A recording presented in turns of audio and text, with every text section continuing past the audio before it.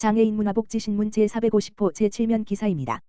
남양주시 장애인 복지관 발달 재활 서비스 제공 인력 대상 분쟁 발생 예방 교육 실시.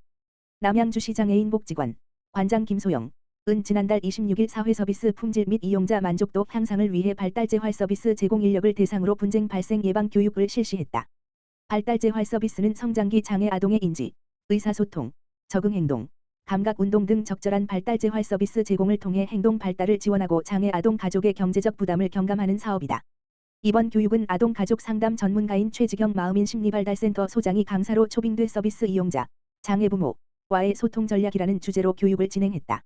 이날 교육에서는 장애 아동 부모의 어려움을 이해하고 장애 부모와의 의사소통 전략에 대해 배우는 시간을 가졌다. 교육을 들은 한 수강생은 재활 서비스 분야에서 다년간 근무해왔지만 다양한 욕구를 가진 이용자와 소통하기는 쉽지 않다라며 이번 교육을 통해 장애 부모의 어려움을 다시 한번 느낄 수 있었으며 구체적인 소통 전략을 배울 수 있어 더욱 의미 있었다라고 소감을 밝혔다. 김소영 관장은 이번 교육은 중증장애인 부모의 실제 어려움을 이해하고 그 소통 방법을 서비스에 반영하는 것을 목표로 진행됐다라며 앞으로도 지속적인 교육을 통해 우리 직원들이 전문성을 더욱 강화해 나가도록 노력하겠다고 말했다. 남양주시 신망해재활원 금호석유화학 창호 지원으로 주거 환경 개선. 남양주시 시장 주광덕은 지난달 30일 금호석유화학 휴그린 창호 지원 사업으로 새 단장을 한 장애인 거주시설 신망해재활원 원장 조주현에서 후원자와 장애인 가족들이 함께한 후원 전달식을 가졌다. 이번 후원은 금호석유화학 대표이사 백종훈의 17년째 지속되고 있는 지원 사업으로 경기도에서는 신망해재활원이 처음으로 지원을 받았다. 이번 지원을 통해 장애인 41명이 생활하는 생활관에 50여 개 창호가 교체됐으며 사업 규모는 약 8천만 원에 달한다. 특히 여성 생활관인 사랑관은 30년 이상 된 노후 창호를 사용해 난방과 위생에 어려움을 겪었으나 이번 교체로 큰 개선을 이뤘다. 백종훈 금호석유화학 대표는 휴그린 창호와 함께 올겨울은 포근하게 지내시기 바란다며 앞으로도 도움이 필요한 곳에 지원을 계속해 나갈 것이라는 계획을 밝혔다. 최재웅 복지국장은 환경은 곧 복지라며 금호석유화학의 창호 지원은 시설 거주인들에게 큰 복지 혜택이 될 것이라고 감사의 뜻을 전했다. 금호석유화학은 창호 교체 지원 외에도 맞춤형 휠체어 보장구 지원, 시각장애인 흰지팡이 지원, 연말 성금 모금, 아동 봉사활동, 지역사회 정화 활동 등 다양한 사회공헌 활동을 전개하고 있다. 남양주시 장애인 복지관 유아청소년 장애인 대상 지역사회 체육시설 1일 체험 실시. 남양주시 장애인 복지관 관장 김소영 은 지난달 29일 유아청소년 장애인 맞춤 재활 활동 프로그램 런앤드싱의 일환으로 지역 체육시설 1일 체험 프로그램을 실시했다. 런앤드싱은 2024년 경기도 주민참여 예산 제한 사업에 선정된 프로그램으로 장애 아동 청소년이 평소 접근이 어려운 체육시설을 체험하고 배드민턴, 수중활동 등 다양한 스포츠 운동 기술을 습득할 수 있도록 지원한다. 또한 지역사회와 연계를 통해 장애 아동 청소년이 건강한 신체 활동을 지속할 수 있는 환경을 조성하는 것을 목표로 한다. 이날 참여자들은 지역사회 체육시설을 체험하며 배드민턴과 농구, 수중활동 등 신체 활동을 통해 자신감과 성취감을 느끼는 시간을 가졌다. 이를 체험 참여자의 한 보호자는 그동안 이용해 보지 못한 지역사회 체육시설을 무료로 체험할 수 있어서 좋았다라며 아이가 건강한 신체 활동을 할 수 있어 감사하다라고 소감을 밝혔다. 김소영 관장은 장애 아동 청소년들이 건강하고 활기찬 일상을 보낼 수 있도록 지역사회 연계를 통해 다양한 프로그램 확대를 위한 지속적인 지원과 노력을 아끼지 않겠다라고 전했다.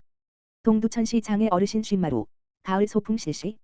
동두천시 장애 어르신 쉰마루 회장 백경애에서는 지난 4일 금 관내 장애인 30여 명과 함께 한탄강 가든 페스타를 방문해 다양한 체험과 전시를 접하며 가을 소풍의 기회를 제공했다. 이번 행사는 평소 대외 활동이 힘든 장애인들의 고충을 함께 나누고 장애인들과 장애인 가족들에게 문화체험과 휴식의 기회를 제공하여 즐거움과 희망을 주고자 마련됐다. 백경애 동두천시 장애 어르신 쉰마루 회장은 앞으로 지역 장애인을 위한 다양한 프로그램 개발에 힘써 평소 집에서만 지내는 제가 장애인들에게 사회 참여 기회를 제공하도록 노력하겠다라고 말했다. 김영미 사회복지과장은 외부 활동에 제약받는 장애인분들이 오늘만큼은 즐거운 마음으로 즐기셨으면 좋겠다라고 전했다. 동두천시 보건소 저소득층 기저귀 조제분유 지원 사업 확대. 동두천시 보건소는 올해부터 저소득층 가정의 경제적 부담 경감을 위해 기저귀 및 조제분유 바우처 지원 금액을 확대한다고 밝혔다. 기저귀 지원 대상은 만 2세 미만 영아를 둔 기초생활보장 수급자, 차상위계층, 한부모 가족 기준 중위소득 80% 이하의 장애인 가구 기준 중위소득 80% 이하의 다자녀, 2인 이상 가구에게 지원된다. 또한 조제분유 지원 대상은 산모의 사망 또는 질병으로 모유 수유가 불가능한 경우 등 조건에 해당될 경우 지원받을 수 있다. 지원 내용은 기저귀는 월 8만 원에서 9만 원, 조제분유는 월 10만 원에서 11만 원으로 확대돼 국민행복카드 바우처 포인트로 지급된다. 신청 기간은 영아 출생 후부터 24개월이 되는 전날까지 가능하다. 보건소 관계자는 저출산 문제를 극복하기 위해 효과적인 지원 체계를 마련해 사회적 지원을 강화하겠다고 밝혔다. 기타 자세한 사항은 동두천시 보건소 건강증진과 지역번호 031-860-3397로 문의하면 된다. 남양주시 장애인 복지관 장애인 복지 일자리 사업 참여자 대상 문화활동 지원. 남양주시 장애인 복지관 관장 김소영 은 지난 24일 장애인 복지 일자리 사업에 참여 중인 장애인 53명을 대상으로 일과 삶의 균형을 지원하기 위한 문화활동을 진행했다. 이번 문화활동은 장애인 복지 일자리 사업 참여자들의 근무 스트레스 해소와 소속감 증진을 목표로 마련됐으며 참여자들은 함께 영화 관람과 점심 식사 시간을 가지며 소통의 기회를 가졌다. 특히 이날 상영된 영화 베테랑인은 한국영화진흥위원회의 가치봄 사업을 통해 베리어 프리 버전으로 제공되어 청각장애인들도 한글 자막과 화면 음성 해설을 통해 영화를 관람할 수 있었다. 참여자 박모 씨는 이번 문화활동을 통해 업무로 인한 스트레스를 해소하고 동료들과 더욱 가까워지는 기회가 됐다. 앞으로 더 열심히 일할 수 있을 것 같다라고 소감을 밝혔다. 김소영 관장은 각자의 자리에서 최선을 다해주시는 장애인 근로자들의 노고에 감사드리며 이번 문화활동이 재충전의 시간이 되었기를 바란다라며 앞으로도 장애인들의 워라밸을 위한 다양한 지원을 아끼지 않겠다라고 전했다.